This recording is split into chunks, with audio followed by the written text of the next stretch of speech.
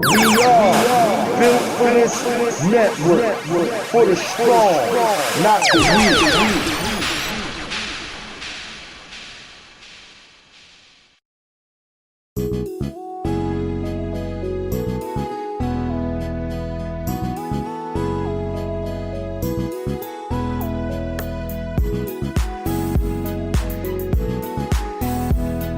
Yo, this Big Illinois 73, host of the Backyard Podcast, Wednesday nights at 7 p.m. Central Time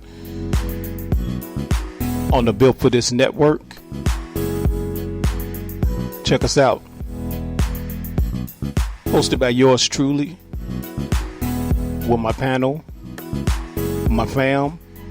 We got the sister Kim Webb, the brother Dre MC1, the brother Anuliel,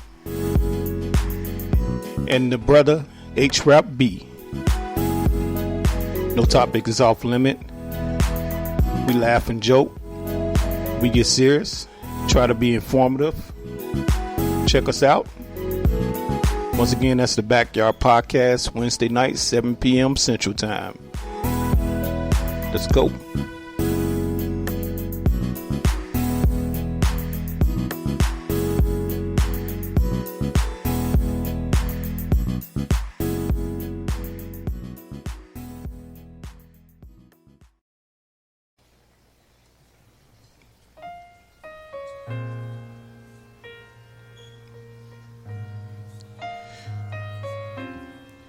Yo, this is Big Illinois 73. I want you to tune in to the Backyard Podcast music sessions Friday nights, 10 p.m. Central Time on the Built for This network on the Spreaker.com.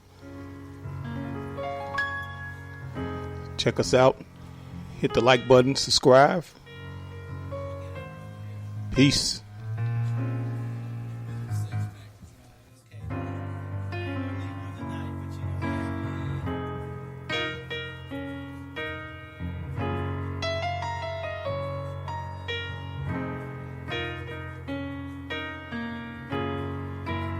So real.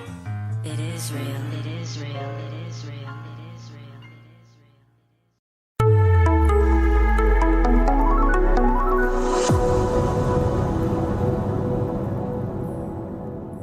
Greetings, brothers and sisters, family and friends. I'm your minister of wellness. Are you constantly tired? Are you always tired? Are you always fatigued? Well, eating a nutritarian eating style and improving your sleep will give you energy boost. Some of you all don't believe in sleep.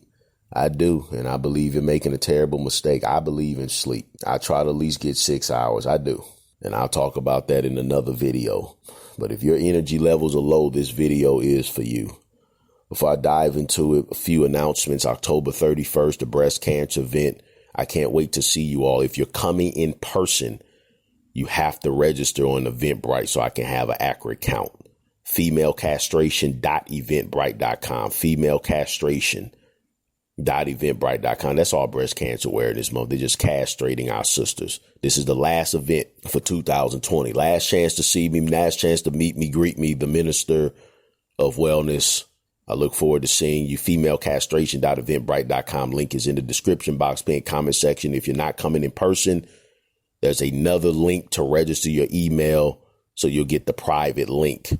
And that link, you'll also be registered for recipes Monday through Friday, including Friday desserts. Again, link in the description box, pinned comment section. Do not register and eat up a ticket in Eventbrite if you are not 100% sure that you will be there in person Saturday, October 31st for the last event for 2020. The two most important supplements to stock up on for yourself and your loved ones: organic sea moss and astragalus. Large order of organic sea moss, Minister of Wellness approved and labeled, is coming in. Invest in your health. So get your Minister of Wellness approved Irish sea moss and astragalus, which is found in the immune support herbal extract at theministerofwellness.com, theministerofwellness.com, 888-847-8026, 888-847-8026. That's the same number to call to book a consultation, because October 2020, this is the last month of this year that I'm doing consultations. My schedule is booking up fast. Get yours in, especially for those of all who know you start struggling during the season of gluttony, the American holiday season of gluttony's coming. Go get your health coaching in, get your kick in the rear now, or the advice that you need, the boost you need. I love to coach you. 888-847-8026. This is the last month for coaching. Being constantly tired is such a common condition that it spawned the acronym TATT, tired all the time. It's normal to feel tired after a strenuous exercise or a busy day at work, but sometimes fatigue can be persistent and begin to affect your performance throughout the day. Fortunately, there are natural ways to restore your energy levels and combat persistent fatigue. Write these down. Number 1, eat the medicine foods of God. As the body's main source of energy, food is a necessity. Eating the right foods can not only help you stay healthy, but it can also help you avoid constant exhaustion and boost your performance throughout the day. Eating the medicine foods of God. These are foods that grow directly from earth, as noted in Genesis 1:29. Plant foods loaded with medicines to heal the body will combat fatigue, including, and I'm talking about nuts and seeds and greens, being G-bombs. Healthy fats refer to unsaturated fats. Again, these are in plant foods. Then you have complex carbohydrates, which are made up of sugar molecules that are strung together in long, complex chains. Peas, beans, whole grains, vegetables, good sources of sugar. You need sugar. The ketogenic nonsense. I despise the ketogenic diet. When looking for healthy energy sources, avoid processed and packaged foods as they contain nothing but empty calories. Number 2, address your stress. Family conflicts. That's where most stress comes from, is people those closest to you. Pressure from work, moving into a new house can all be very stressful and make you feel tired. Turn off the TV. The TV's turning you into a victim. Your problems are not coming from an outside force. Most of them come from within. Turn off the TV and do some soul searching and forgive those closest to you. They're the ones that's causing your anger, your bitterness, and your wrath. Stop letting the TV export what you're going through personally onto all these other stuff that they talk about every day on TV, because it's not going to help you deal with the root cause. To effectively deal with stress, try meditating, prayer, exercise, and regularly reading, studying the holy word of the Most High, eating his medicine foods, doing our best to live according to the instructions that he has provided us in the scriptures. And that's the whole scriptures, Genesis to Revelation. I'm talking to those within the faith community. If you're not, I don't need to start reading, hearing your comments about what you agree or disagree with. I'm just speaking, of course, in this area from my perspective as the minister of wellness for the Most High in Christ. Exercise helps reduce the level of stress hormones and trigger the release of endorphins, which are chemicals that help relieve stress and pain. We also have herbs that can help your body adapt better to various stressors. Okay, goji berries, licorice root, and turmeric. These are excellent for relieving stress. I have a video on stress. Nutrient deficiencies. Chronic fatigue may be due to underlying condition. Consulting a healthcare practitioner will help you determine if you have a pressing health issue that needs to be addressed, such as nutrient deficiency. Holistic health professional. Holistic. Like Dr. Asia Muhammad here in St. Louis, Missouri. But if you're out of town and you want to speak with her, just call her. The number is right there on the screen, 409-8834, 314-409-8834. Dr. Asia Muhammad, naturopathic doctor. Just an example of a holistic practitioner. Don't be deficient in nutrients, brothers and sisters. Get enough sleep. I can survive off of 2 hours. No, you can't survive off of 2 hours of sleep. Take your butt to bed. Go to sleep. Your brain cells replenish the energy stores that were depleted when you were awake. The body also restores various functions such as temperature regulation, steady hormone levels, and good appetite, factors that influence how much energy you have. In contrast, lack of sleep can affect your decision-making and problem-solving abilities, leading to a drop in productivity. It also increases your risk of obesity As sleep helps keep a healthy balance of the hunger and satiety hormones, ghrelin and leptin, respectively. When you don't get enough sleep, ghrelin levels go up while leptin levels plummet. Obesity, in turn, can cause constant tiredness as your body has to work harder for you to do your daily activities. To avoid these, the American Academy of Pediatrics recommends getting 7 to 8 hours of sleep every night if you're 18 years old and above. Okay, if you're younger, like my sons, 8 and 7, they need a lot more sleep. Listen, brothers and sisters, constant fatigue can prevent you from doing your daily activities. With these 4 tips, you can boost your energy levels, fight fatigue naturally. Continue to follow this YouTube channel, hit that notification bell, subscribe, hit that notification bell, because this is an official real health news channel. TheMinisterOfWellness.com, TheMinisterOfWellness.com. Get the books that'll help you with step number 1, eating the right foods. All the books have meal plans and recipes. Anxiety, depression, herbal extract, if you're really dealing with a lot of chronic stress, and the mental health herbal extract, the DHA EPA. 3 powerful supplements for mental health. Nutrient deficiencies. I have vitamins, minerals, I have supplements, everything you need to boost your nutrition. And then I have for sleep, the sleep herbal extract, sleep/get rest herbal extract, energy boost herbal extract. So what am I saying, brothers and sisters? I have everything you need to solve whatever's the cause of your issues with fatigue. TheMinisterOfWellness.com. Any questions, comments, concerns? Need help placing an order? Call 888-847-8026, 888-847-8026. Go to Facebook and join our online community. We love to have you. Just search for I Can Be Healthy, I Will Be Healthy, I Must Be Healthy. Join our online community. I'm also on LinkedIn, Instagram, and Twitter. You can find me on all social media platforms. The more you follow me, the better. Just search for The Minister of Wellness. TheMinisterOfWellness.com/give. That's the official donation page. If this ministry is blessing you, then please be a blessing to this ministry. I need your help covering the cost of these free events I did in 2020. I'm a nonprofit organization, brothers and sisters. I have to ask for donations. I can't do this without the support of those who are being blessed by this free ministry. All ways to donate is at theministerofwellness.com/give. Check the description box, pin comment section. The Most High will richly bless you for your love and support. And I sincerely thank you from the bottom of my heart. You can be healthy. You will be healthy. You must be healthy. Why? Because you can do all things through our Almighty God who strengthens you. That's why.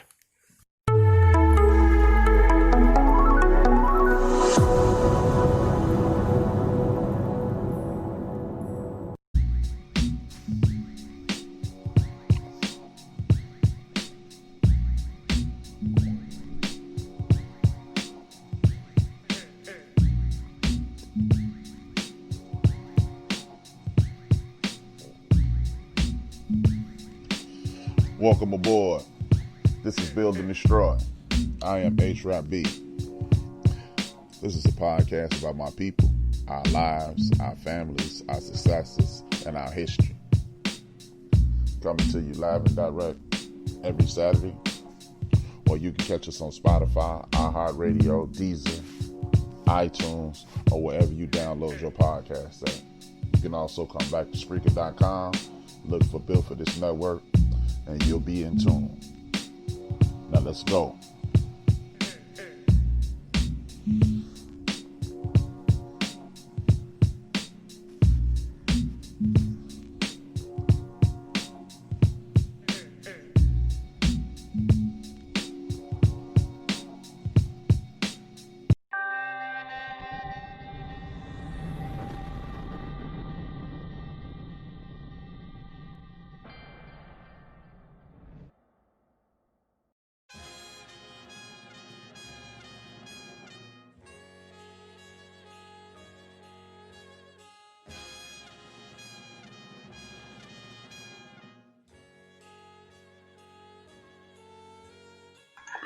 Thank you. This is HRap. You're tuning in to Build for This Network. The name of this show is Build and Destroy. The reason I titled it Build and Destroy is because the purpose is to build up the community and destroy the lies and propaganda that are centered around our community.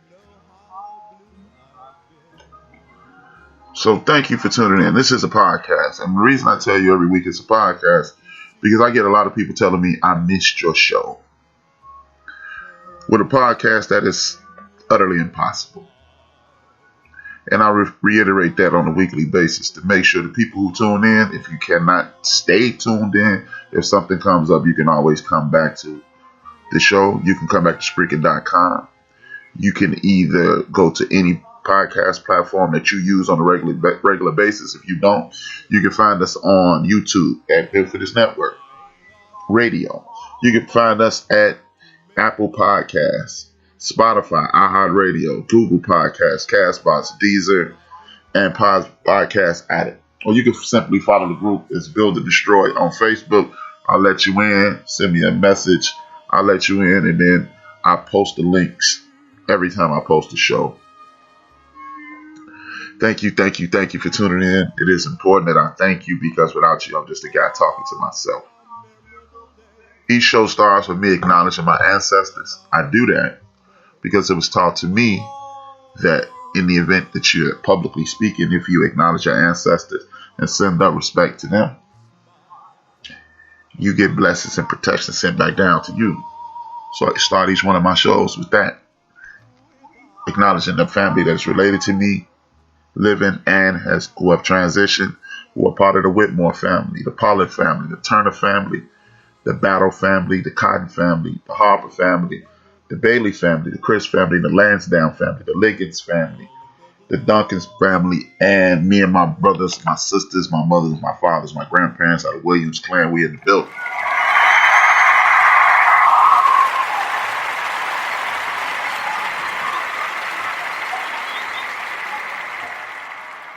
It's been an interesting week, and what I'm going to do this week, I'm going to do something to step out of the norm. I'm going to enter the phone number to the show. I don't really do that a lot. I got a feeling I'm going to regret it, but I'm going to go ahead and regret it. I'm going to regret it if necessary. It's only one show, and if it works, then it's going to work on a regular basis. The number you can reach me at is 773-797-2409, 773-797-2409. Now, if you are listening, please hit the like button. Hit the subscribe. If you are listening, please subscribe to the network. And if you're listening to the show, share and tell a friend to tune in. This entire podcast, it's about me and you. It is definitely about me and you. So, if me and you engage, we can potentially answer some questions that we all potentially have. We can resolve some problems that we all potentially have. And we can move forward if you like. That's the ultimate goal. To uplift, enhance, engage, uplift, and enhance. That's the ultimate goal. Now, what I want to do first and foremost is acknowledge a newly transitioned ancestor. He goes by the name of Bob Gibson. Bob Gibson. I have a sports show in which I engage about sports on a regular basis, and me, Big Illinois, and Joe from Houston.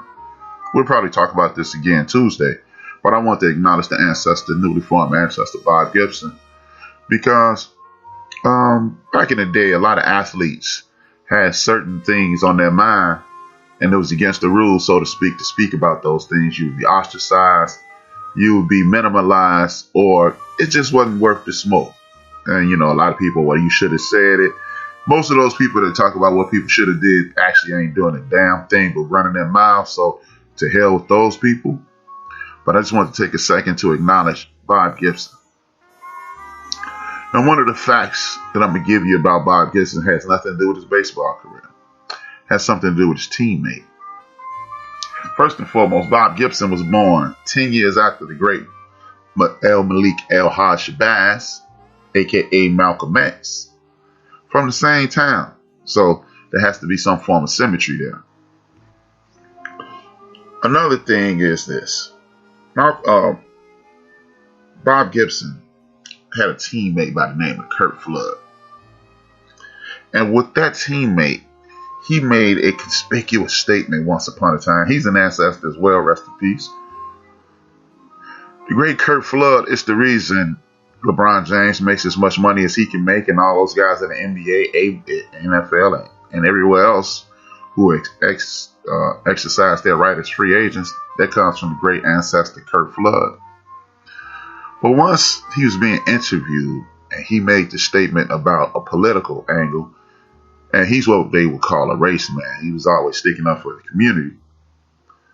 And the great Kurt Flood made the statement, I'm proud of who I am, and I'm down for my people. I'm paraphrasing, obviously. But I don't think we should talk about supremacy either way. And when he said that, it seemed kind of conspicuous. But the reason he said that is because the great ancestor, Bob Gibson, had taken him to a Nation of Islam meeting. Another thing, 100 years into baseball history, they gathered all the great baseball players, and they were supposed to meet up at the White House.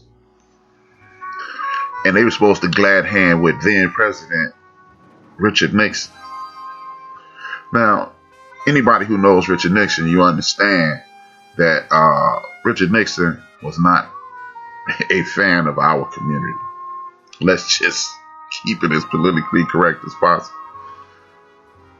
But Bob Gibson got to the door in which they were supposed to go in and then glad hand and smile and take pictures.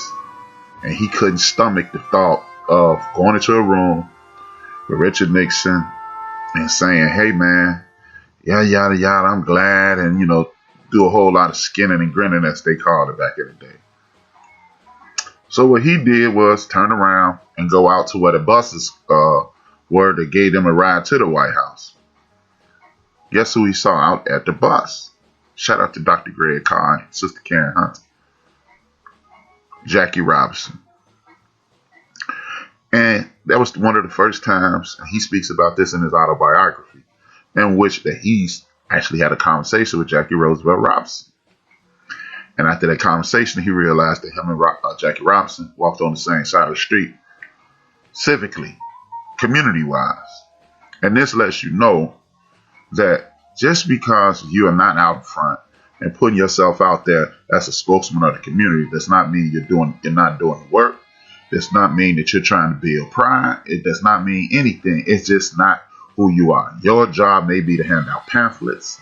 Your job may be to do a lot of things, and speaking up and speaking out may not be your job. So please, when you see athletes, entertainers, or whoever not speaking up, the one name that prominently comes to mind is Michael Jeffrey Jordan. That does not mean that they're not doing things behind the curtain. So I want to acknowledge one newly transitioned ancestor, Bob Gibson, and the rest of the ancestors as well. But I felt that was something that a lot of people needed to hear, because all you're going to hear about is how hard he threw a basketball, how he played with the Harlem Globetrotters, and how he did a whole lot of things that don't really mean a damn thing to us, but it means a lot to people in sports. I wanted to give you a piece of history about one of our newly transitioned ancestors that you could take pride in, not just because he could throw a ball or he could jump or shoot a basketball. But with that being said, let me move forward. Now, as I move forward, I look at State of the Union, and I hear a lot of people with this hold your vote and without no agenda. The whole rigmarole that everybody seems to have grabbed hold to. And I'm going to ask everybody who will ever hear this and who's listening right now, be a voice, don't be an echo. And I'm going to say that again, just in case it goes past you. Be a voice, don't be an echo. See, it's easy to say things that other people have said over the last 3, 4, 500 years. And man, I sound smart. And man, you may be even compelled to say something that I've heard somebody say that you think I came up with. Because a lot of stuff, I'm just let you know, a lot of stuff that you give me credit with, like, man, Rap, he was on point. I got that from somebody else. So instead of being that guy, let's just not be that guy. Let's be better than that guy. Let's not just be somebody who's saying a lot of things that sound cool.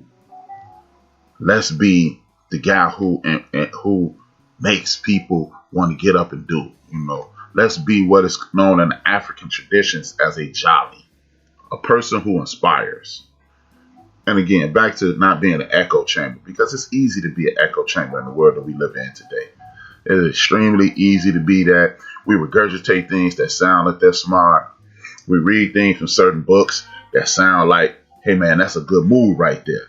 And a lot of that stuff are not good moves. It's just good moves on the surface. Because if you're going to quote something from a book, my personal opinion is you need to know who the author of the book is. Because if that author wrote that book that sounds really good in a poor spirit, now you've put a poor spirit into the universe. And that's why I'm asking people, don't be an echo chamber. Be your own voice.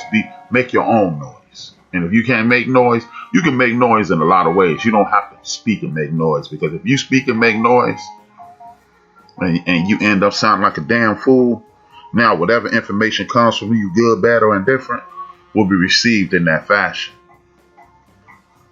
And that's why I ask people, don't just I understand that a lot of people have good intentions in regards to what they're doing, potentially good. It sounds like good intentions.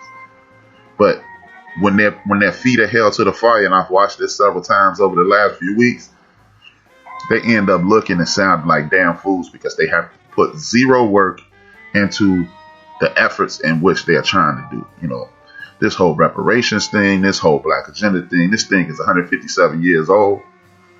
So if you are going to take on the mantle of doing what you have to do for your people, I'm going to need you to look backward to go forward. Sankofa is the African terminology for that. Sankofa, to look back in order to go forward. So, and I understand you may be fed up, you may be tired, but I'm going to ask this question. I'm going to continue to ask this question as long as I do my shows and do shows about things of this nature.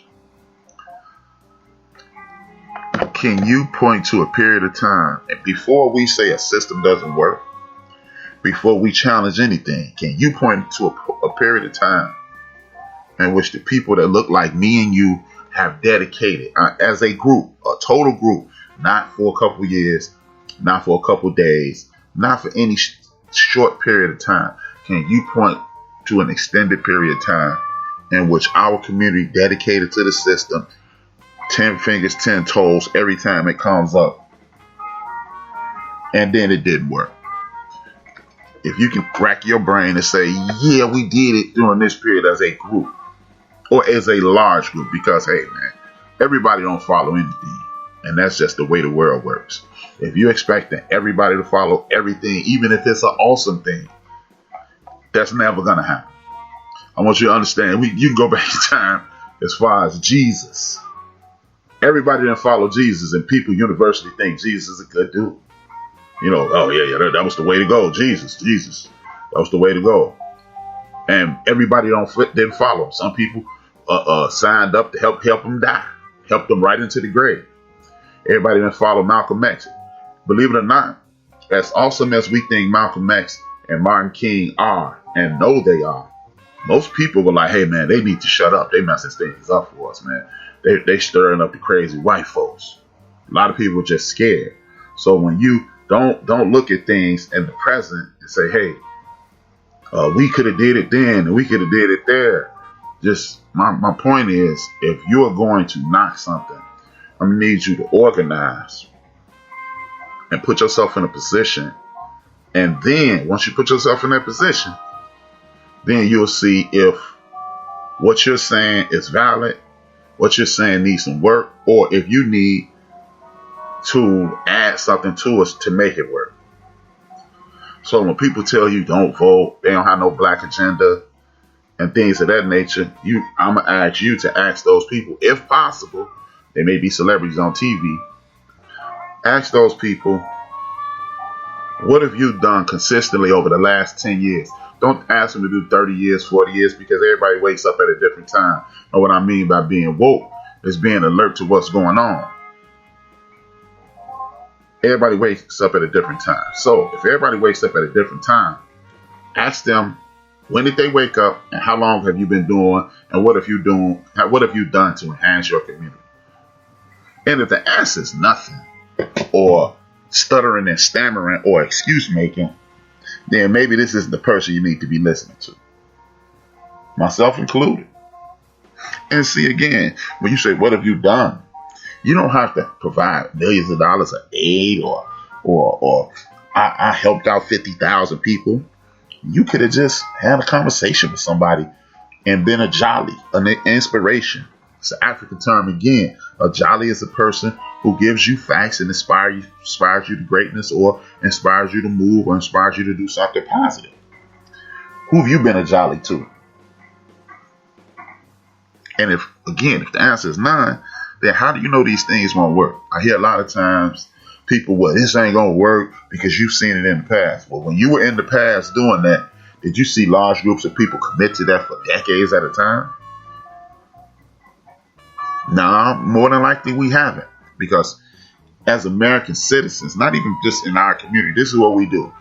We vote November 3rd, and we don't pay attention until November 2024, November 3rd, and then we start complaining January 1st about what we did November 3rd. Voting is just a tool. Look at voting as I don't know if y'all old as me, none of y'all are. Bookman or Schneider from One Day at a Time. They had tool belts. They had hammers, wrenches, all kinds of tools on that belt. Voting is like a tool. The whole civic process is like a tool belt. And what you have to do is take one piece of that tool belt, the screwdriver, the Phillips screwdriver, the Allen wrenches. It's about 50 of them Allen wrenches. The what they call monkey wrenches, so for the grips. Needle nose pliers, whatever, rubber hammers and things of that nature. You have to use all those tools. And how you enact all those tools is this. What you do is you vote. You find, and I'm going to use the people in the chat room for the people who listen in the background. I really appreciate you guys, and the people who are in the chat room, I appreciate you equally. Thank you. Thank you for tuning in. But I'm going to be using names, and if you're not aware of those names, and then please, if you're listening in the background, if you're listening later, that's why I don't do a lot of acknowledging of the people who come in the chat room, because people who listen later and they call me and tell me how they appreciated the show, and to announce everybody who comes in the chat room, it's kind of annoying to them. So I don't ignore the people in the chat room. What it is the people in the background who listen later, it's kind of taxing on their ears. So bear with me. And again, if you want to participate, if you think you have something to add to the show, I would prefer you call.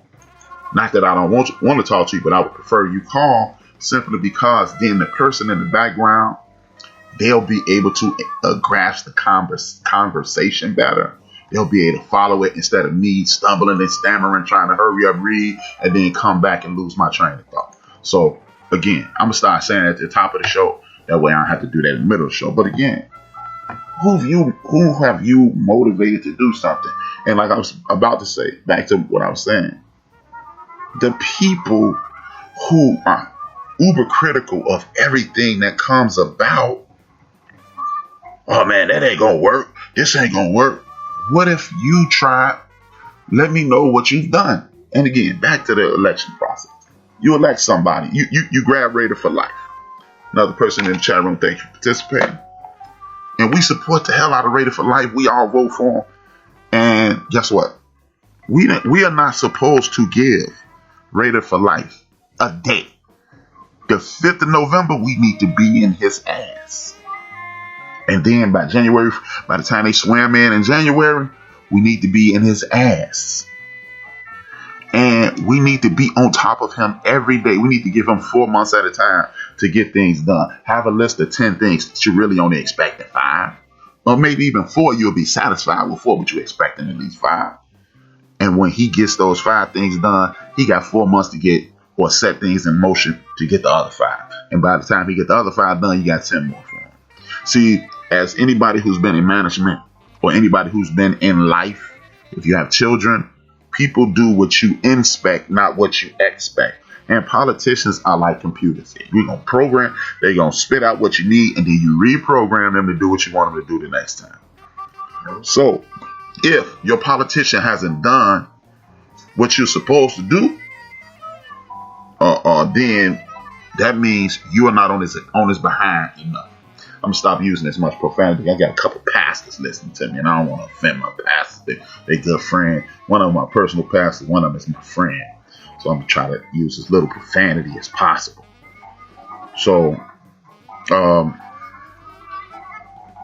we're not, it's easy to sit back and say, this party hasn't done anything for us. That party, they're not supposed to, because you're not forcing them to do anything. All you do is sit your behind around and complain. And lateral complaints will get you the exact same thing in the political realm as taking a nap. Nothing. Absolutely nothing. All the Republicans are this. The Democrats are that. Trump is this. Trump is that. If you're saying that, then that means you are not really doing anything yourself. Because all I want to know is, if you have issues with those guys not doing what they're supposed to do, present me with your agenda. If it's a solid agenda, I'm going to do what I have to do and work with you to get it accomplished. Otherwise, it's like the military. Lead, follow, or get out the way. Those are your only options, man. Lead, follow, get out the way. Everybody has an opinion. Everybody can face everything. Nobody has a plan past, 5:40 Central Standard Time? Nobody has a plan past this show. Let's be honest. Some of y'all gonna leave mid-show. I'm going, I don't know, man. I'm gonna go do something. Enough of that HRap nonsense. So, so that's what I'm begging people to do, man, because, hey, man, without a plan, you ain't going nowhere, man. That's just the bottom line, man. Give you perfect examples of what I mean. Your current president, his plan is world domination via white supremacy. It's more than obvious. And now his propaganda has bit him in his behind. I'm gonna put a smile on both my pastor friends' face. When I think about Donald Trump and him contracting COVID, what I am going to do is quote Galatians chapter 6, verse 7. Basically, when you start playing with God, you reap what you sow. You put out all that negativity, you put out all that propaganda trying to get what you want to get done. What's going to happen is all that negative energy that you put out to the universe comes back to bite you on your behind. I don't know if I would subscribe to any definite religion. I study. I believe in a higher power, and I read what I can read to enhance my soul. And I treat people the way I want them to treat me, by and large. But I'm going to tell you this. I was kind of disappointed. 3 days after this dude refused to denounce white supremacy, I saw a lot of my brothers and sisters on social media. And maybe I'm wrong for this. Pastor Daniels, Reverend Dodd, they'll get at me if I'm wrong. They don't have no problem addressing me. But they be talking about peace and prayers to him and this, that, and the third. Hey, man, I'm not wishing no peace and prayers to nobody who's praying on my demise. I'm just sorry. And then, God knows it's in my heart. And I'm just not doing that, man. And, see, that's our problem, man. In the community, if you ask me, you could either say nothing Or you could do like the great Dr. Greg Koff, president of the African American Studies at Howard University, said, I wish him exactly what he would wish me. And that's about as nice as I can get to you, man. See, in order to be good people or children of the Most High, you ain't got to be wishing good on your enemies. You ain't got to wish bad on them, but you don't have to wish no good on somebody who wishing bad, who prayed, like in the words of the great Darryl McDaniel, DMC from Run DMC, people praying and praying on your downfall. And we sitting around here, hey man, speedy recovery to the dude who wanted to destroy me. You sound like a fool. You could just say nothing. You could say nothing. I don't want nothing bad to happen to anybody, but I'm definitely not going to be wishing no good stuff on bad people. Whatever you did, that's what you got. Because guess what? Nothing bad or horrific happens to you the day that you do it. Correct. Because the Lord, he catch up with me immediately. Most of us, if you do something bad today, see, like me, I'm overweight. I didn't get overweight because I ate a hamburger yesterday. I got overweight because I ate a hamburger over the last 5 years. So if you doing something, you misleading people, leading them down the wrong road, that's karma that you got to, that's what you got to deal with. And quote the great Dr. Greg Koff, if you think the only people that you're going to contend with are the people here in America and around the world who you trying to destroy, we got ancestors on the other side that'll catch up with you too. Because they talking to, them and the Lord looking at you, do what you got to do. And you're going to deal with that bad juju on your own. You know what I mean? So, but I don't want my brothers and sisters, what really happened, something else to happen is, I don't want my brothers and sisters to wish bad on this man either. Because he's a demon. Even though he's a demon, you don't have to wish bad on him, man. Because the same thing happened to our young brother Cam Newton today, and you felt horrible for it. I'm not saying they both are intertwined. I'm not saying they are connected. But what I am saying, you wouldn't want nobody to wish bad on Cam, so we ain't gonna wish bad on nobody else in their community. That's all I'm saying. And if you can follow that, I appreciate it. And if you can't, we all gonna wake up on the ringtone or the alarm clock wake you up when it's time for you to wake up. But the same reason I didn't wish bad on Donald Trump, it's the same reason I would have had a real problem if I'd have saw one of these demons wish bad on my young brother Cam. So we can either acknowledge that young brother Cam and wish him a speedy recovery and ignore the demons and the negative energy that surrounds our community and attacks our community. Or what we can do is suffer the consequences when we wish bad on other people and something bad happen in our community. That's all I'm saying. With that being, now I'm on this Donald Trump kick, I want to get on this other side. We got people like the lady. Y'all know I ain't saying her name on my show. Y'all know the lady I'm speaking for. She's anti-us at every time she opens her mouth. There's several people out there that are always trying to fight for acceptance and fight for this fairness and righteousness that people have put in front of us, saying, hey man, if you righteous, you do it this way and we gonna see the truth in all things. Now, some things you fix in-house.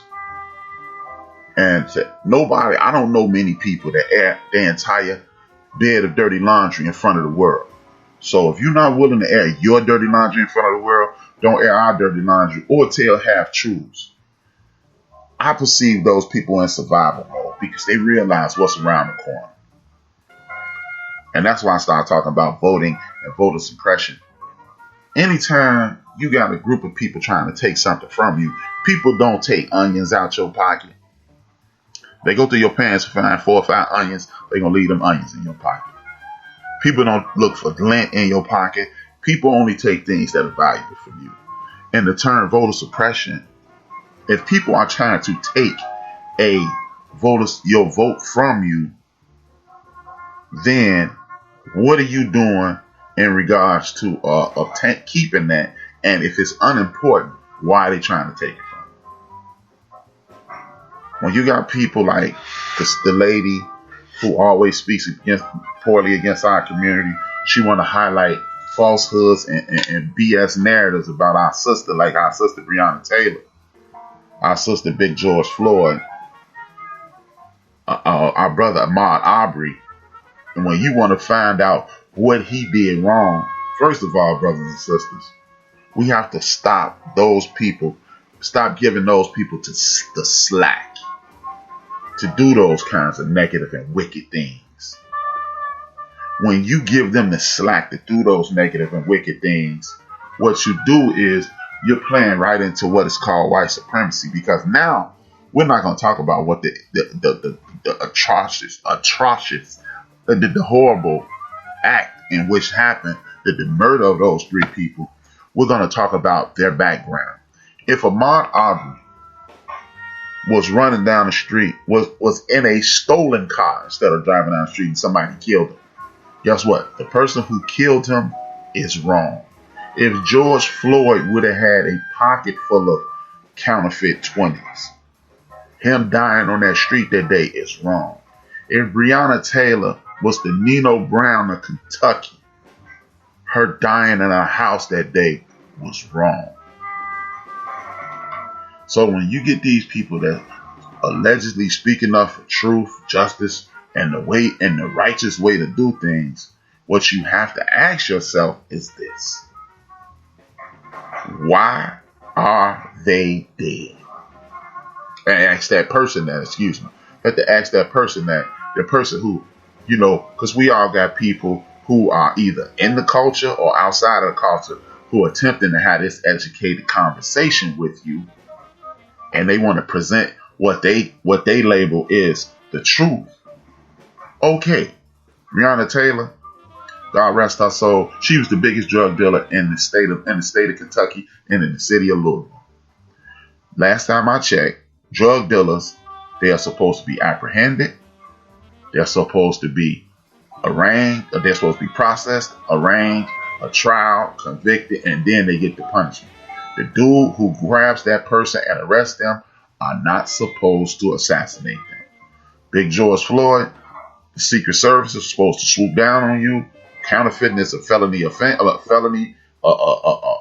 offense. The Secret Service arrests you. You're tried, convicted in federal court, and then you get your just due. Arbery, this fictitious car that I put him in, then, hey, you get arrested, arraigned, processed, you go to court, and you get served.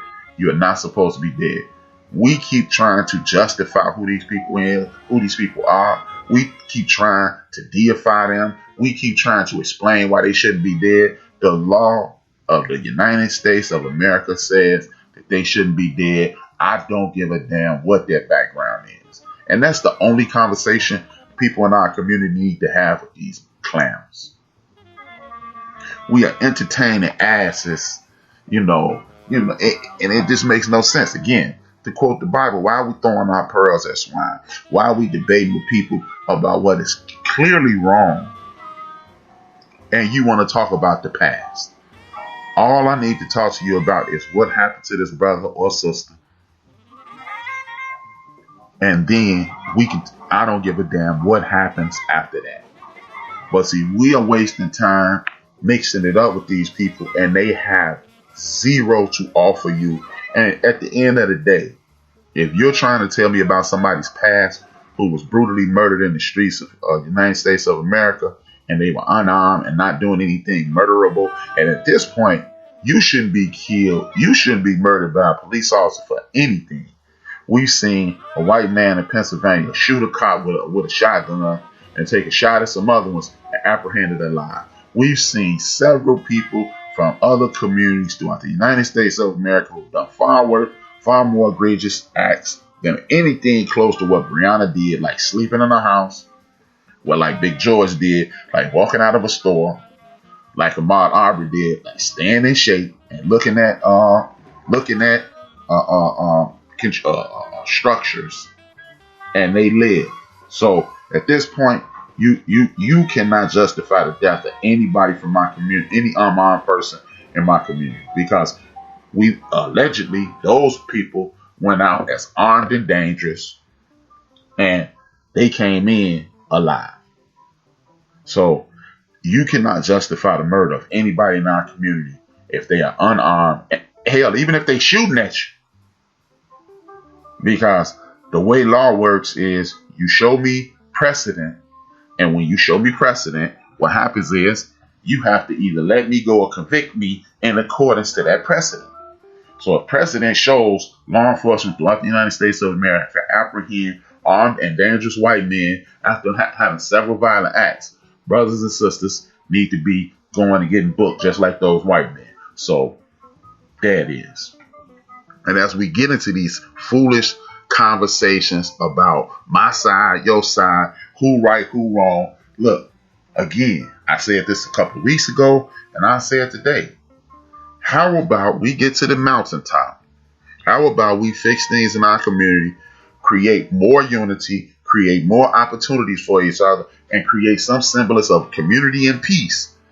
And after we create that, then we can debate on who right and who wrong. See, because as Malcolm X said, whether you're a Muslim or a Christian, a Mason or Elk, a Kappa or AKA, at the end of the day, you're a black person. So let's try to fix our community. And then you can debate who God is. You can debate the methodology. You can debate weed or not. You can debate alcohol or not. You can debate gay or straight. You can do all those debates after we get comfortable. But you know that comfortable thing is going to take a couple 100 years. Or a couple decades. Couple 3 decades. So if you got 30 years to wait that argument, because people going to still be whatever they're going to be in 30 years. Know that. But if you accepting people for who they are, because they're on your side and they on the side of righteousness, let's just do that. One side of the street are people who trying to make peace so that children can be safe, that they can get educated, they can open their own businesses, and they can chase their own dreams. Other side of the street are people who are fighting against that. If you on the side of the street of righteous, let's just work together. And once we get righteousness settled, then we can develop, then we can start dissecting the differences of opinion and differences in this and that. How about that? Let's work on that. Back to the show. Let's look at this too.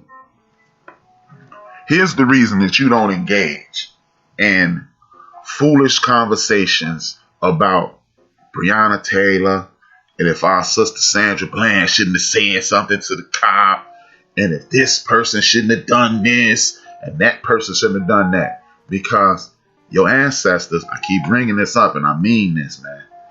Your ancestors and the Creator are always working towards righteousness. You don't have to believe me. It works. It happens every time.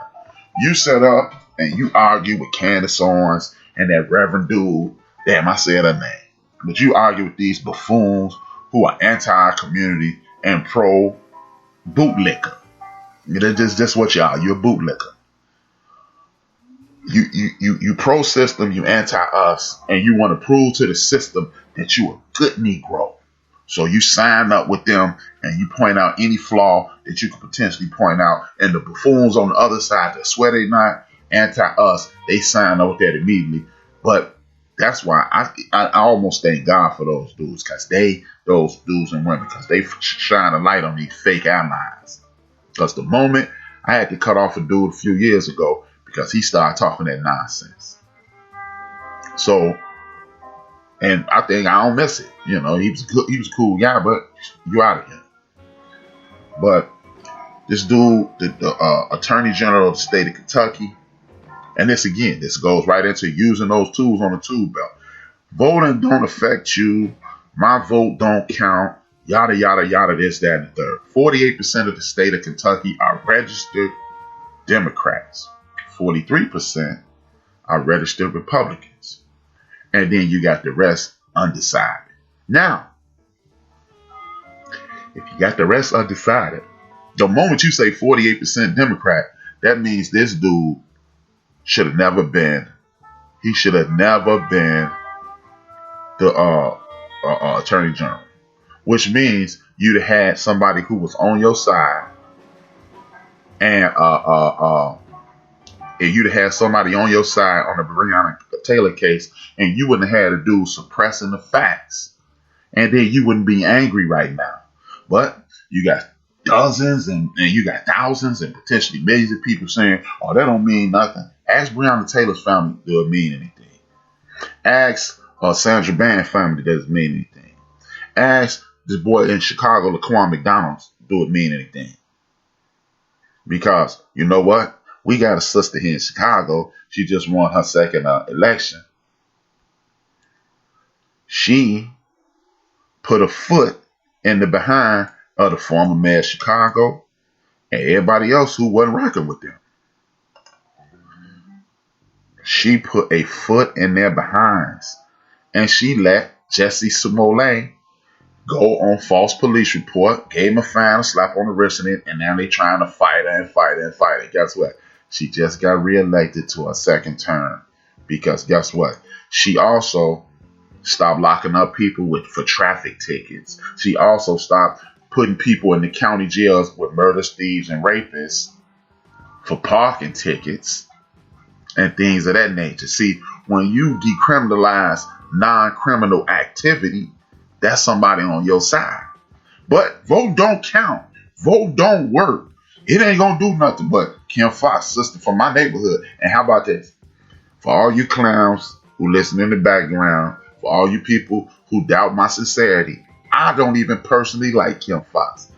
I grew up with Kim Fox, and I don't like her. But guess what? She did the right thing. So me not liking her has nothing to do with her doing the right thing and me not supporting her as a politician. Because guess what? The last time I had a face-to-face conversation with Kim Fox, she was on the campaign trail. She said something made me want to slap her. And that's the real. That's on the real. But I still voted for her. How about that? And it seems to be paying off because it's a lot less brothers and sisters in the county jail for parking tickets than it is before she got there.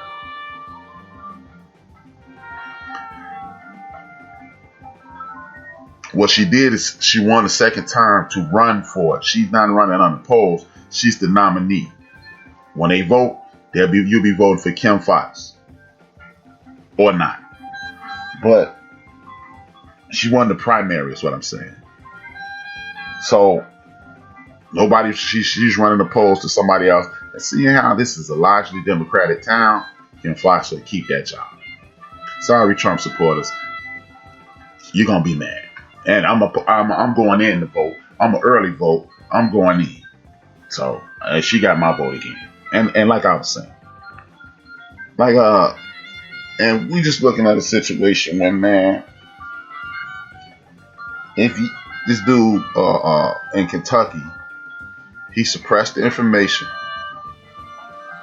And now the ballistic reports are coming out that this brother who was there with Breonna Taylor was on the phone with the police, calling the police on what he didn't even know was the police. Then I found out today the brother sustained bullet wounds himself. And then I found out some more information that the ballistic reports state that bullets from his guns are inconclusive. So we don't even know if he shot one of these cops. Shout out to Charles Barkley. Shout out to Shaquille O'Neal. It's been good. But this is what I'm saying, man. For all these people who saying it don't affect them, these are the type of things that affect everybody.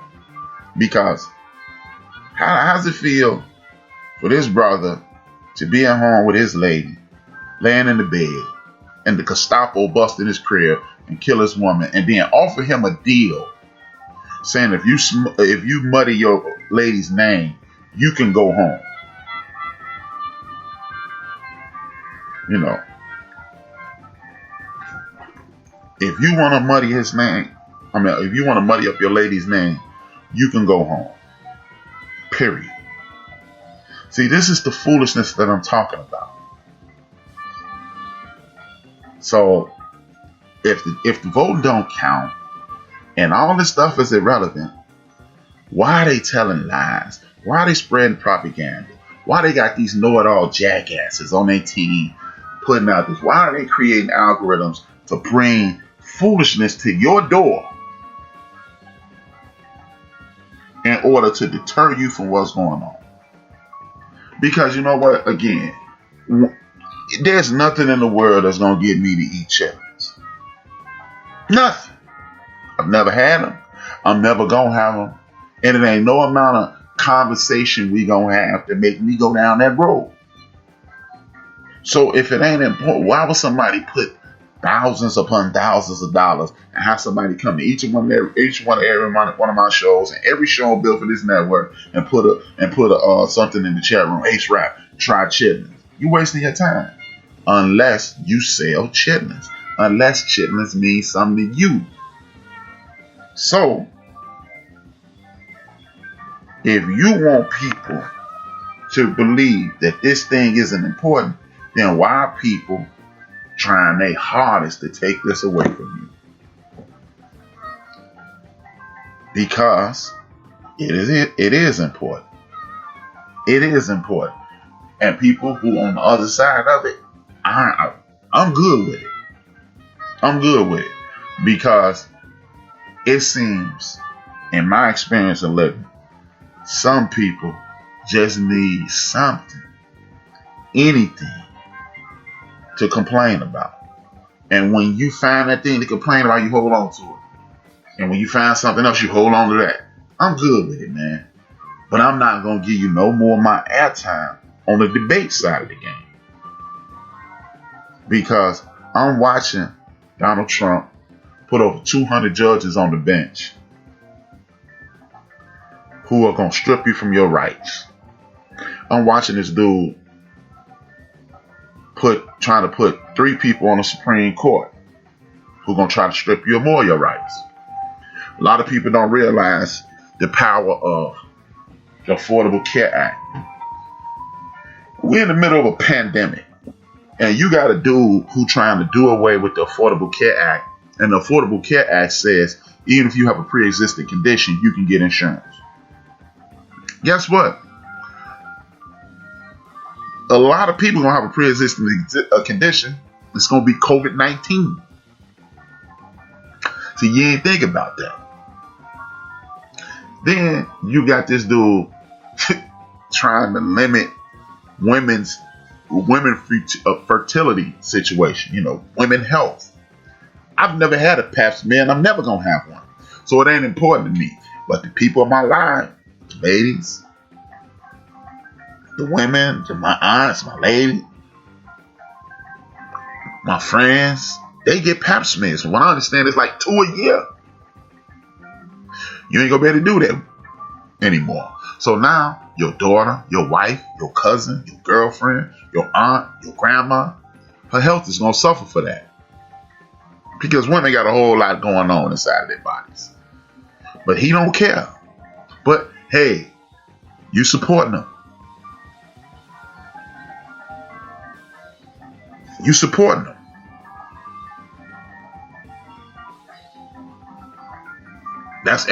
It's funny now until it bites you in the ass. It's funny as hell until they come home and knock on your door. Brothers over 50, you need that checkup right about now. You might be an entrepreneur. You might be anything that can't afford insurance. You can't get that checkup now, though, can you? Now you die in 5 years because you couldn't get a checkup that had told you something's bothering you in 2020. But your vote don't count. If you're 45, they say now. They say it really, definitely at 50, but at 45, they say you need to be getting that checkup. But you can't do that now because you busting your ass just to survive. But this is the guy. This is the guy you support. And then in the other side is, Joe Biden and this. And Joe Biden, look, you've heard me say it. If you heard me say it once, you'll hear me say it 1,000 times. I'm not picking nobody that I like. To quote the great Chuck D, it's like you got one dude with a pistol cocked to your head and other dude stand up to you with a pistol behind his back. Who you really want to have to fight with? You want to have to fight with the dude with the gun behind his back because you stand a better chance. But it's funny. It's cute. You want to highlight this? Kamala Harris locked up a lot of brothers. Yeah, the Joe Biden signed the crime bill. He helped write the crime bill. How about this? I'm gonna give y'all another piece of argument against Joe Biden.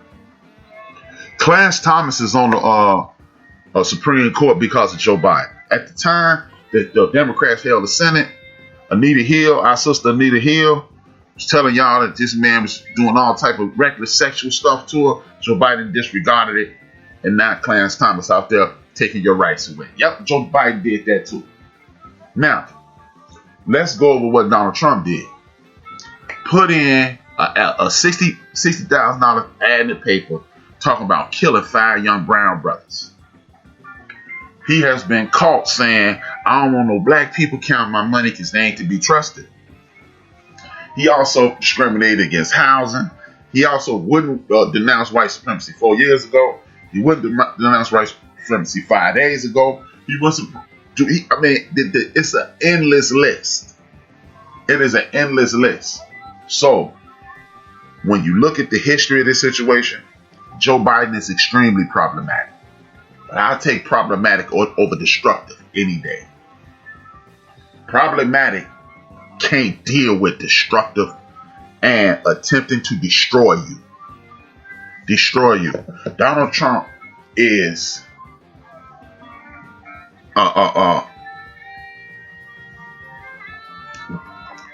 Donald Trump is exactly what you don't want to deal with. The 1965 voters' right act.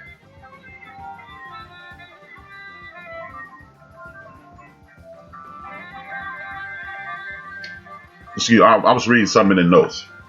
Peace out, Ron. Salute.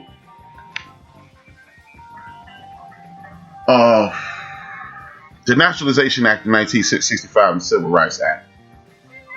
A lot of people are citizens because of that. Some of those people might even be your family members. It won't be retroactive if they do away with that. But why are you dealing with things that were litigated on almost 60 years ago? See, what we're doing is fighting against against the army that was built and has been put into motion for the last 50 years. Period. And now we need to catch up.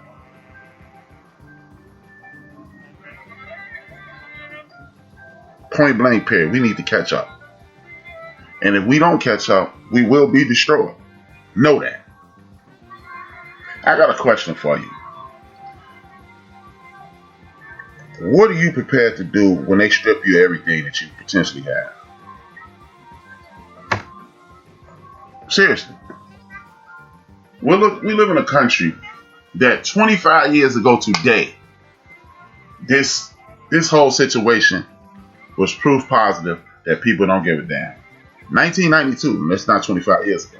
1992, we saw our brother, 1991, we saw our brothers Rodney King almost get beat to death.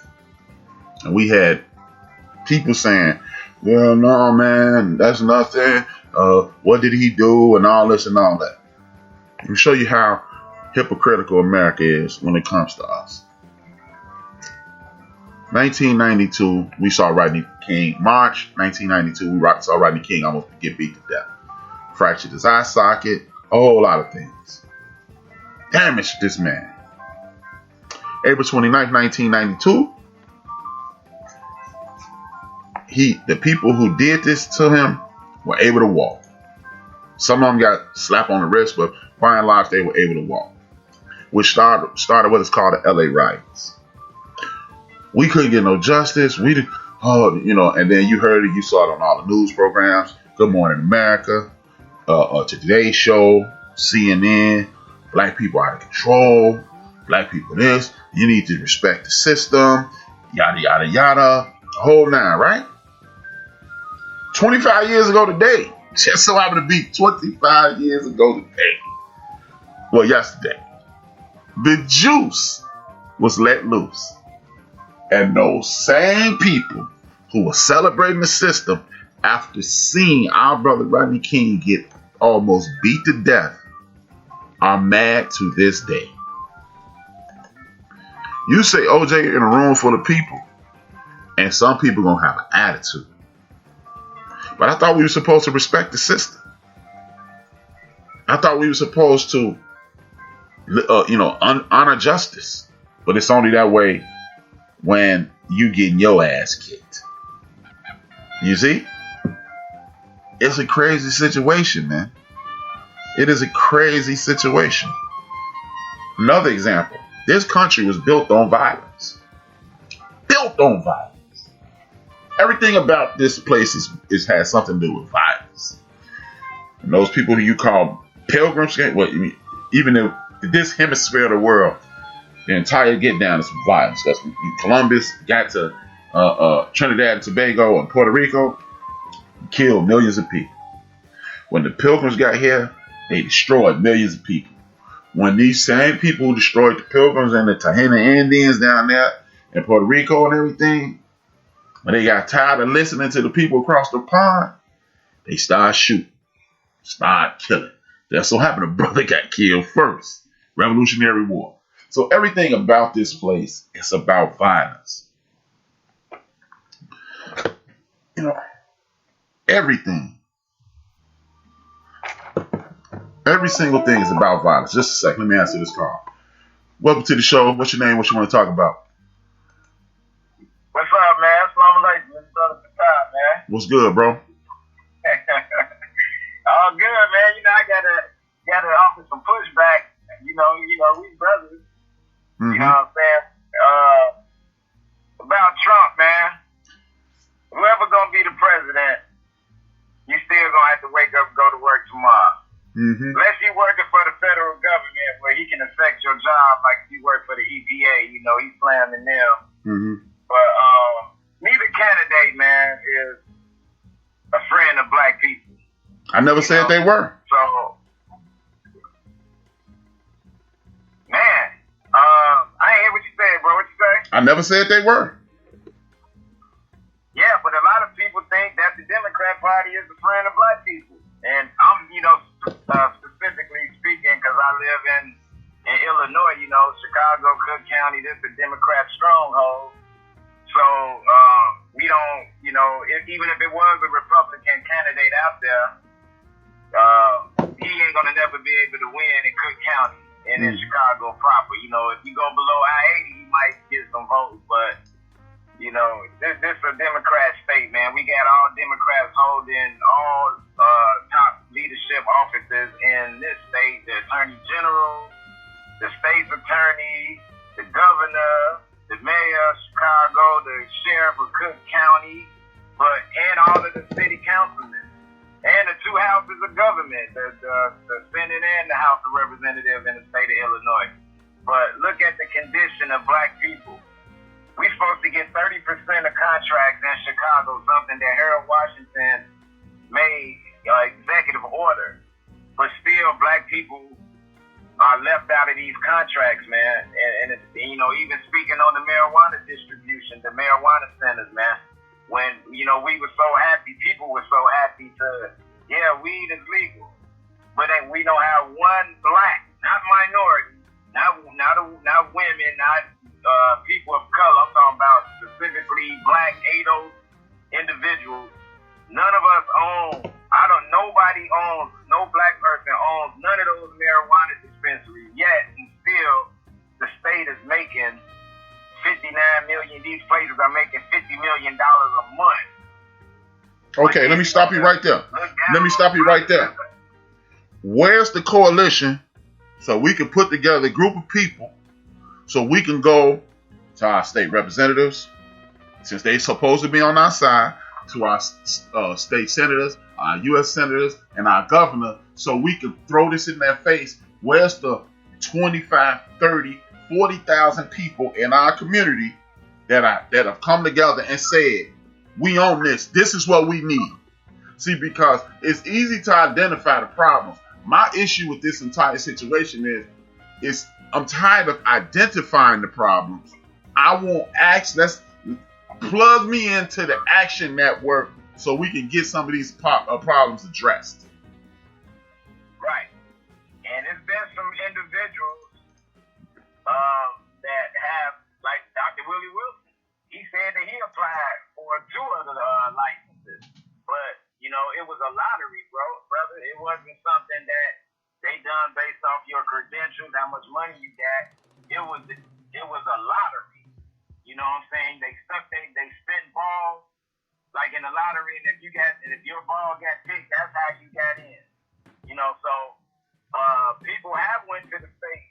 LaShawn Ford, the state representative, and Danny Davis, and Bobby Rush. Plug me in with them, and the next time they go on, let me know what the petitions are. Tell you what, have some of them reach out to me. Let's talk to them on my show. Let's gather a bunch of people and start going to city council meetings. Let's start kicking the city mayor in the behind. The city manager in the behind, excuse me. Let's start addressing the mayor. See, because that's the thing I'm tired of, fam. I'm tired of Petard talking to B-Hop or HRap or whatever you want to call me. You know, me and you, we go way back. Right. I'm tired of us talking. We got to start talking up because we are to the point where all we do is talk. See, I could tell you what's wrong with Patah. Patah could tell you what's wrong with B. We could tell you what's wrong with Joe. I'm sick of that, fam.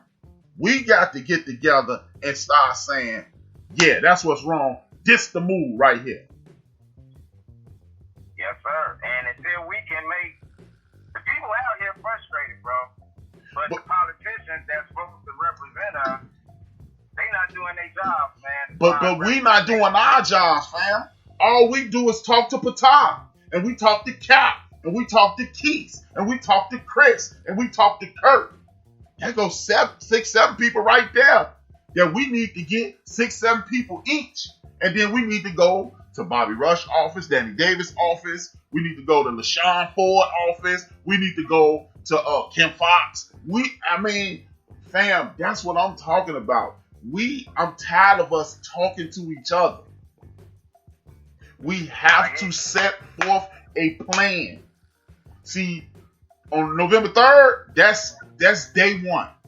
Then the ladies and gentlemen who will be elected on that day, they gonna have a meeting at some point, and we need to be there, and we need to talk about the exact same things you laid out. You need to come on my show next week with a list of things that we need to talk about. Or you need to hit me on the text. And then at the first city council meeting, we need to stand up and say, my man Patah got to talk about something. And it's 90 of us here to stand behind him. Because that's how we get fixed. Well, you know, they ain't doing the council meeting no more because of the corona, man. It's all virtual now. Okay, well, that make it even easier, though. Because it's virtual, that means you can chime in when you feel like it. Well, you can only drop, it'd be Facebook Live, man. So I don't even know if the representatives even respond to the comments because they all... Well, okay. It is a petition.com thing out here.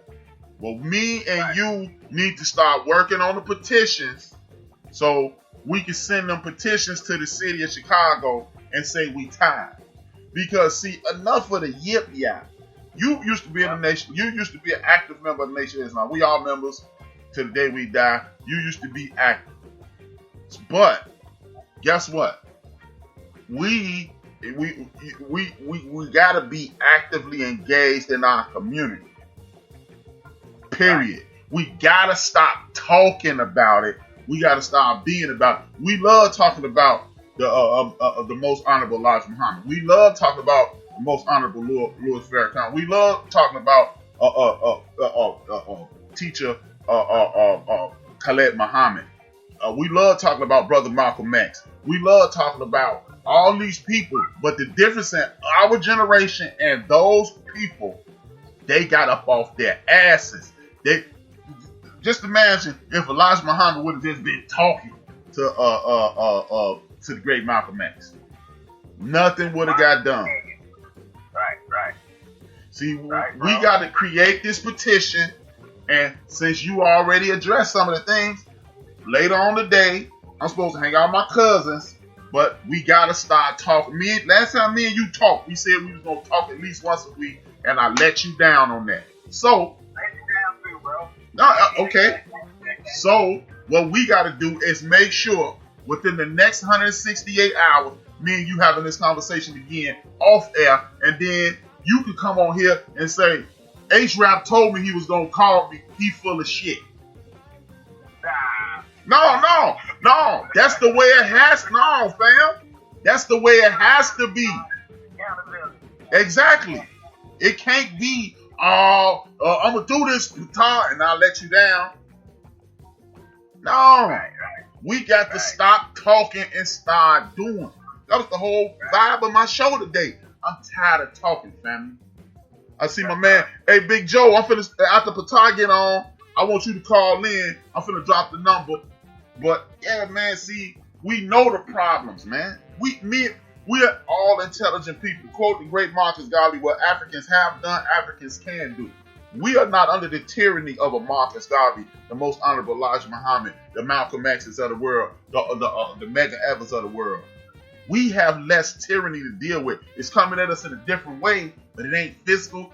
It ain't threatening us physically. So if it ain't threatening us physically, our mental is strong as anybody that ever walked the history of the earth. Therefore, let's stop talking and start doing. Because, see, like, that's why I'm so pissed off with Puff Daddy. That's why I'm so pissed off at Ice Cube and all these dudes. Now y'all got a black agenda. You mean to tell me you dudes together collectively worth about $1 billion, and y'all couldn't come up with a plan before June? Y'all was supposed to come up with a plan November 3rd or November 5th, 2016. So it would have been in effect today. Right. But you come up. I'm listening. Go ahead, bro. Go ahead. Oh, you come up with a plan less than 6 months before the election, and you want us to fall in line? Miss me with that, man. Because guess what? If the shit go down, Ice Cube going to Cuba. Ice Cube going to Africa. Ice Cube going to Europe. He going to someplace where he got to deal with this shit that me and you got to deal with. Gonna eat me Russell Simmons out there in Valley. Right. Extradition trees. Right. That's what I'm saying. Let me ask you this one thing, bro. I know you gotta run. What you think about a lot of people saying he a liar? I ain't never met one president that ain't lying. But what you think about the platinum plan that the president rolled out? Me personally, I think if it might be a loan, it might be economic, it might be for economic development and businesses within the black community. But at least he put it out there, man. Now one thing is, if he laid it out there, if he re-elected, our politicians, our black elected officials should hold his feet to the fire and make that man come through on that plan that he laid out. The thing is, I haven't heard the Black Caucus, I call them the Congressional Black Caucasians, or the Black Caucus. I haven't heard them meet with that man one time. Not that he refused to meet with them, but the thing is, they don't want to meet with the man because they candidate Hillary Clinton lost. And I think that's a disservice to our community, man. If the man laid out a plan, I think that we should hold his feet to the fire. Our elected officials should be stumping on the door, pounding on the door to make sure that we get that money, man. Because I ain't heard Joe Biden laid out no damn plan for black people itself. If you don't vote for me, you ain't black. Okay, let's start at the top of that.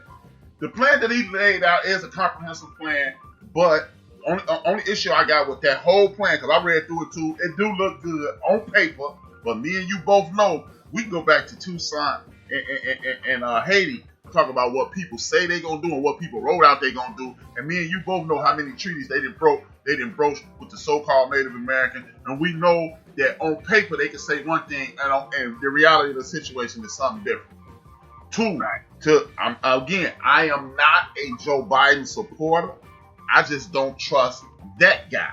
Anytime, and you know what, man? Anytime you are outwardly not condemning the what is it, the Get Out Boys or whatever the fuck they are, I got a problem with you. It's black people in that group too, though, bro. It ain't just all white folks. Hey, guess what? Candace Owens is allegedly black too, right? Me and you both know there's some black people. There's some black people out there riding around in them blue and white cars that me and you hate to see, that'll shoot you way for one of these white boys. Do that, bro. I just want to lay it out. No. But back to Joe. I'm gonna address East Point. If you go to JoeBiden.com, he does have a comprehensive plan that's similar to the plan that Trump wrote out. Again, I don't trust none of them. See, that's the thing. You said what my solution to it is. It don't make a difference who you vote for. You got to be prepared to kick somebody in the behind. Right. And if you ain't ready to hold their feet to a raging flame, what you have done is a disservice to all the people that look like me and you in the world. Do that, bro. That's my right. Just like if I don't talk to you by next Friday on the real, you got every right to call, come in the chat room and say, y'all know he ain't called me. And I hope you do it. No. See, you looking at it as my friend. Right. Ain't no more friends with this. We got to look at this as members of our community. I'm gonna be your friend whether you call or not. But I need to be your brother in this community and call you and have this conversation, or what I'm doing is exactly what I'm accusing other people of. Do that, bro. Much love, man. I'm listening. Go ahead and take your next My man. call, man. I'm listening, bro. My man, thank you for the call, brother. I hope to hear from you. Well, you'll hear from me soon. I hope. Thank you for the continued support. All right, my bro. Peace. Let me see. My man Joe, I think he can't call. Bro, I'm an old mofo. I was born in Darksdale, Mississippi. In my youth, in the house, I seen houses burned, I seen brothers hung, I seen my sisters raped. And today, in certain parts of the world, it's still happening. While Trump is supposed to make America great, sad. We need to stop believing in the process and be our own solution. Thank you, my main man, DJ Joe. And you ain't old, brother. You vintage. You experienced. You mentioned that information to us, and those are the type of things that we need to have conversations about, DJ Joe, because people don't understand those things are happening.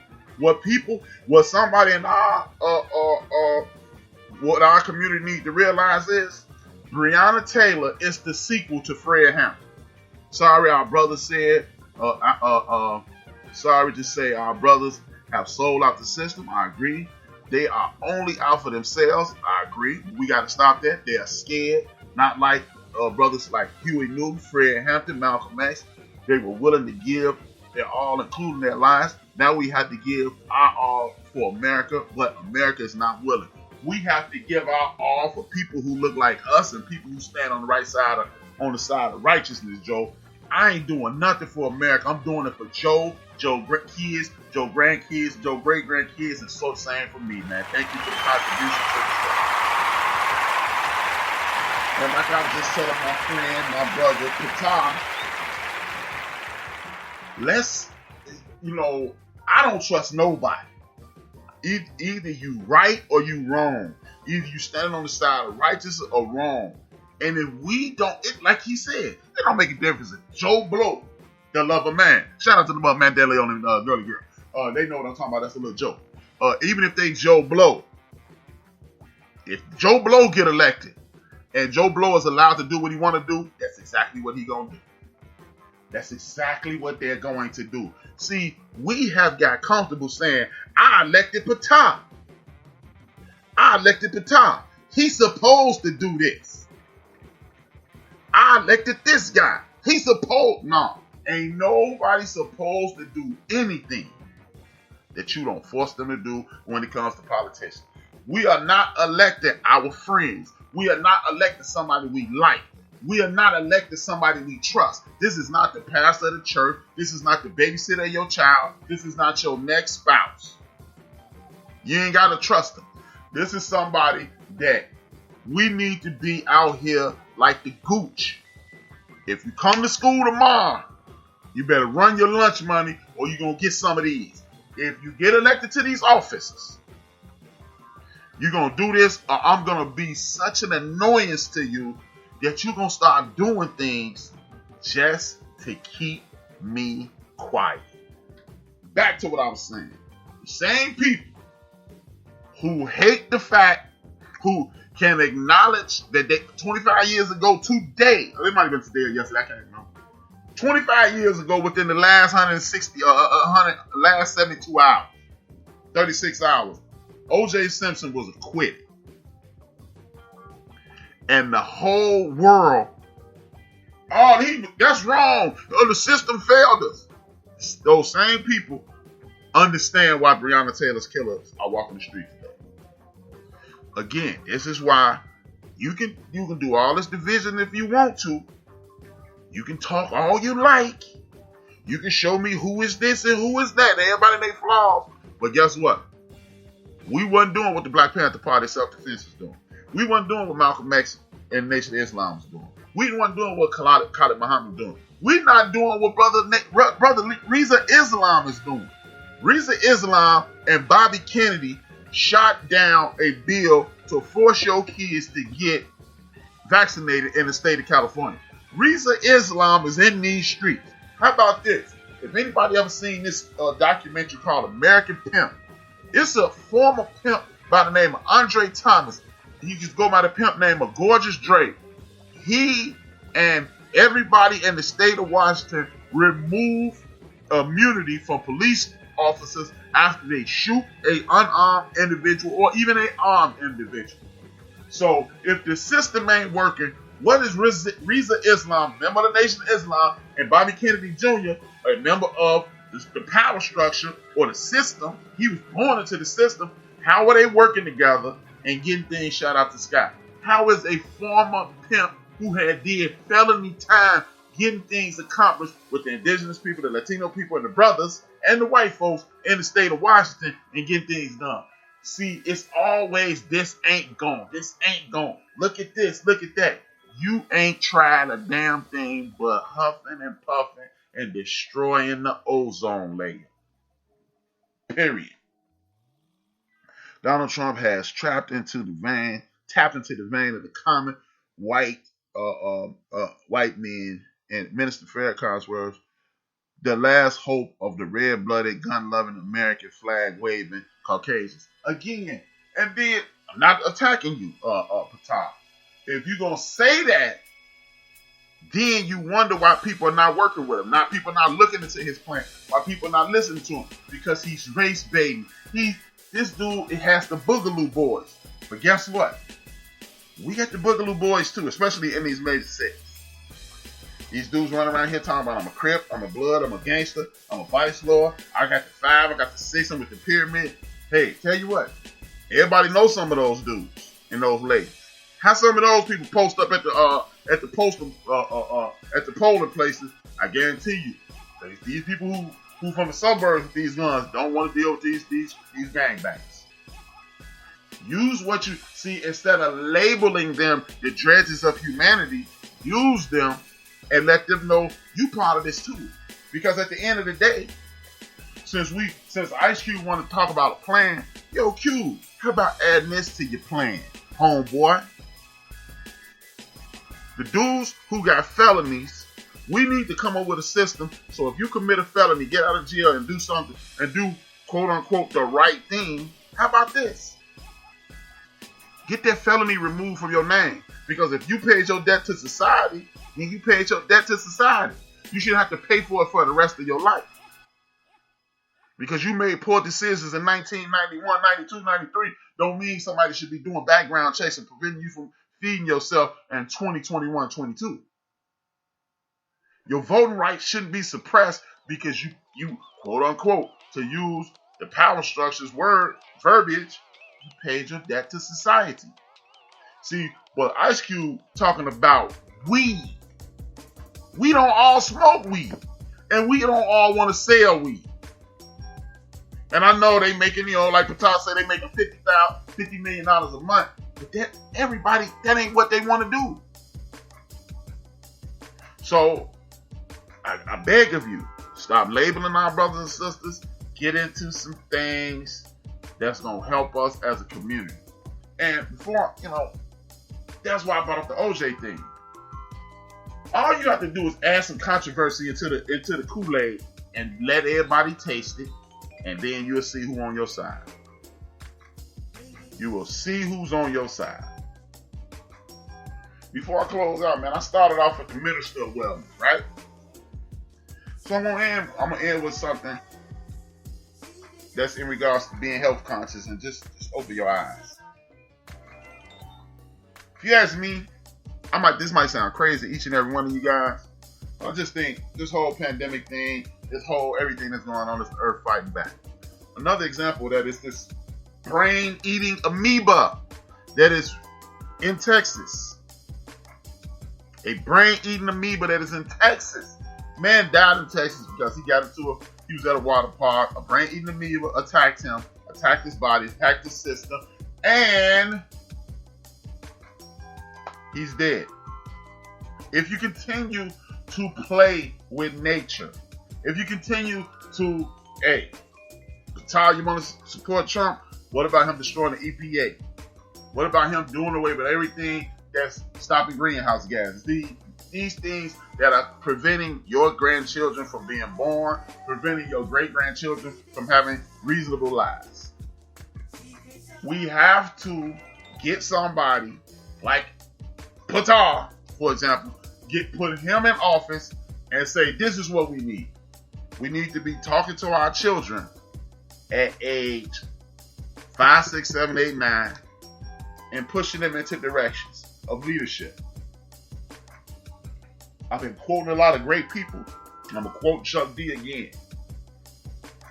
There is no such thing as not old enough. Because if you ask a 12-year-old, he think he's earned more rights than a 6-year-old. If you ask a 16 or 18-year-old, they think they earn more rights than that 12-year-old. That's how you develop leadership. You create leadership in your house, just like my mother did. Me and my sister Phyllis had to listen to our older sister Theodora. We had to listen to the people in the neighborhood. They will report to my mama. And their kids reported to my mama too. Leadership is not created in college, in high school. Leadership starts at your house. If you're only child, you got a big cousin. If you ain't got a big cousin, you got a big homie.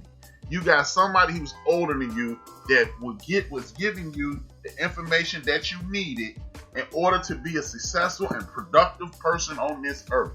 Most of us. I understand there are unique situations in which you are all alone in this world and you have to fend for yourself. Obviously, that's not the majority. I'm speaking about the majority of people that walk the face of this earth today.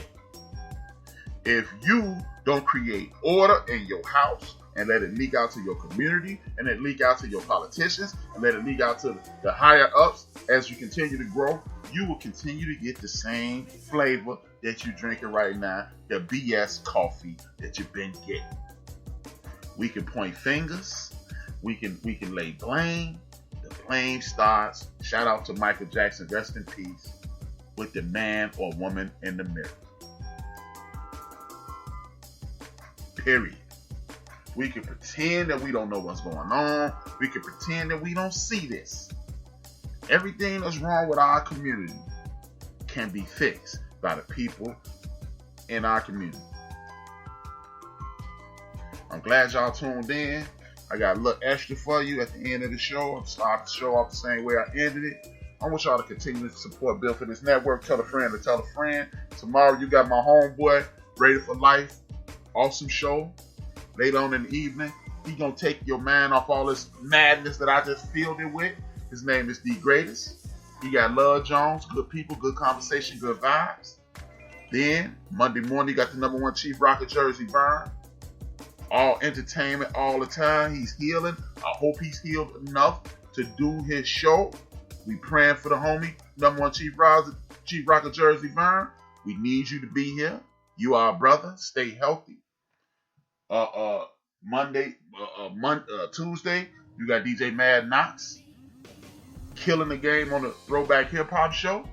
Attack on Hip Hop. You got me, the homie Joe from Houston. I tease him, call him Joe McGee. He is an inside joke. He understands. And Big Illinois on the End of the Bench podcast. Then you got my sister Rare Beauty. She coming on after us. She killing it. Then you got my homeboy and his beautiful wife, Girly Girl on New Max Radio. Wednesday, you got my man D Gray back at it again, Westside Wednesday. Deacon Dale, the Happy Hour, the World According to Deacon Dale. Awesome show. All these shows are awesome shows. Then you got my man Big Illinois. You'll hear the promo in a second. Then you got Theory of the Coach on Thursday. Me and my man D Gray doing the couch potatoes. We talking about black entertainment. We keeping it real. We letting people know that we putting out quality entertainment. He had an accident in his home. He bumped his head, man. He doing good. I talked to him once. He's doing much better. God bless Chief Rocker. God bless all of y'all. God bless my man D Gray and his friend who lost his daughter. God bless my homegirl Low Key who lost her home. But back to the shows. The couch potatoes. We talking about the shows that we talking about now are Power and Lovecraft Country. Please, if you have HBO, tune in Lovecraft Country. It's sci-fi to keep the people who are not. It's to keep the people who ain't really paying attention involved.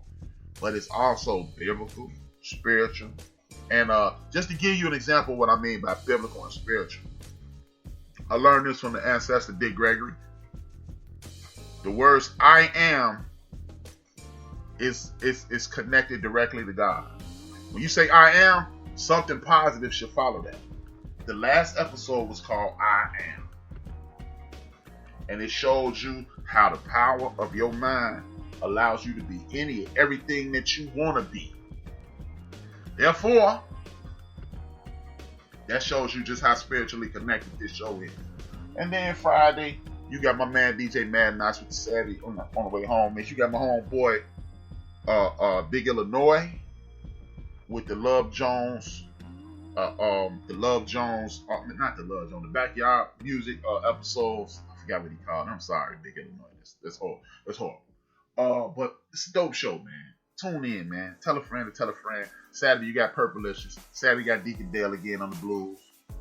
You got me. Later on tonight, you got Black Swan. And knowing D Great, he gonna pull another stunt. He gonna pull out another dope show. Oh yeah, Gudio Taboo is Friday. He might pull another one tonight. Support Joe, DJ Joe, the CEO of 92.3 MDCE. My man DJ Finesse and that crew. My man The Truth Radio. Man, support everybody. Saint. Support the people on here, man. Everybody, what we do is do a lot of complaining about what we do and don't have. This is something that we do have. So support it. Get all your friends in. Talk. Have conversations. Let's come up with solutions. Let's get this cracking. And as I always say at the end of every show, I want y'all to listen to these promos coming up. Dream those dreams and man up and woman up, live those dreams. It's life without dreams. Flows in black and white. Life with dreams flows and take the color surround sound. Respect to our ancestor, Power Father Reggie O'Shea. Rest in peace. Peace, y'all. 2 fingers, 1 word. This HRap. I'm out.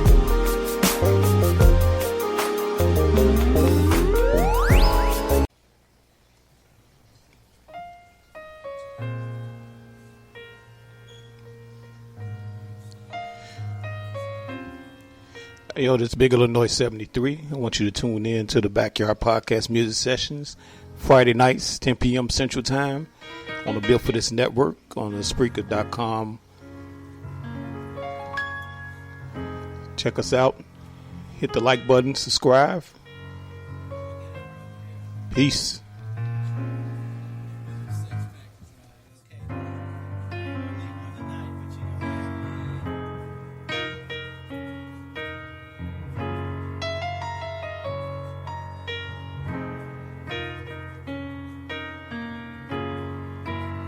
So real. It is real. It is real. It is.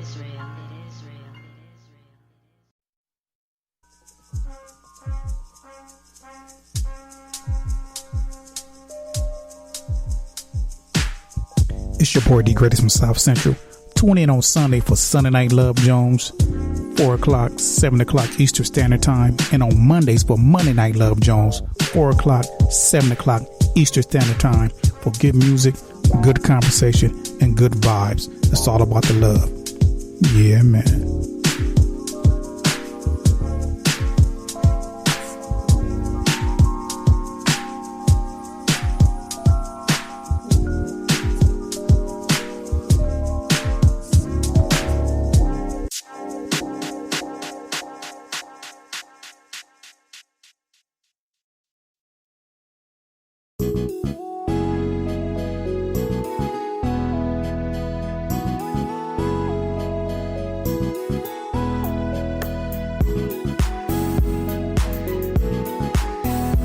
Yo, this Big Illinois 73, host of the Backyard Podcast, Wednesday nights at 7 p.m. Central Time on the Built for This network. Check us out. Hosted by yours truly, with my panel, my fam. We got the sister Kim Webb, the brother Dre MC1, the brother Anuliel, and the brother HRap B. No topic is off limit. We laugh and joke. We get serious. Try to be informative. Check us out.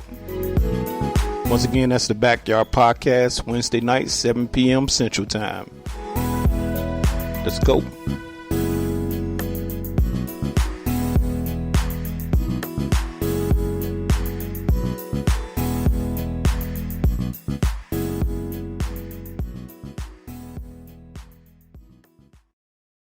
We are built for this network, for the strong, not the weak.